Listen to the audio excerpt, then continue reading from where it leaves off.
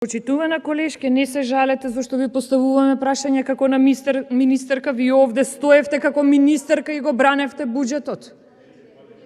Па, кога веќе се фалите, продолжете и да објаснувате овде.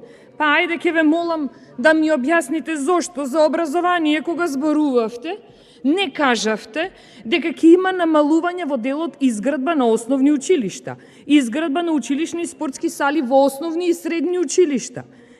Зошто има намалување за реконструкција на ученички домови, изградба и реконструкција на студентски домови и многу повеќе ставки? Зошто не ги објаснивте тие делови? Него помпезно излеговте и се фалевте со некои одредени ставки кои вам ви одговараат. Ама реалноста овде е ред да се покаже и од двете страни.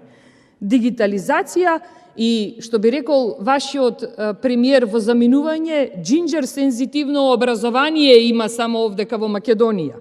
Ама затоа има училишта што немаат греење, а не па дигитализација. Затоа во Македонија има училишта што имаат реорганизација на смени, пазете, за заштеда на електрична енергија, за заштеда на греење, а не па дигитализација. Затоа во Македонија имаме реформа во образованието со кое се брише историја, религија, традиција, етика, морал, ама затоа ќе има джинџер сензитивно образование.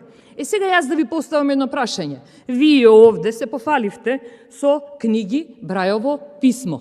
Одлично, одлично. Но да ве прашам, машината за печатање кој ви ја купи?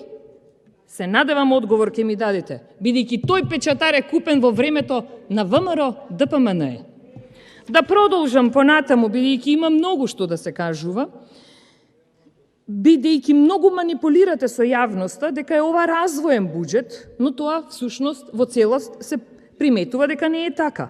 Единствено развојно овде што може да биде во нашава држава е да се развива криминал, корупција и киднапирање. Но за џабе го киднапиравте колегата Кастриот кога датумот за ЕУ не дојде. ЕУ не дојде, датумот си пројде.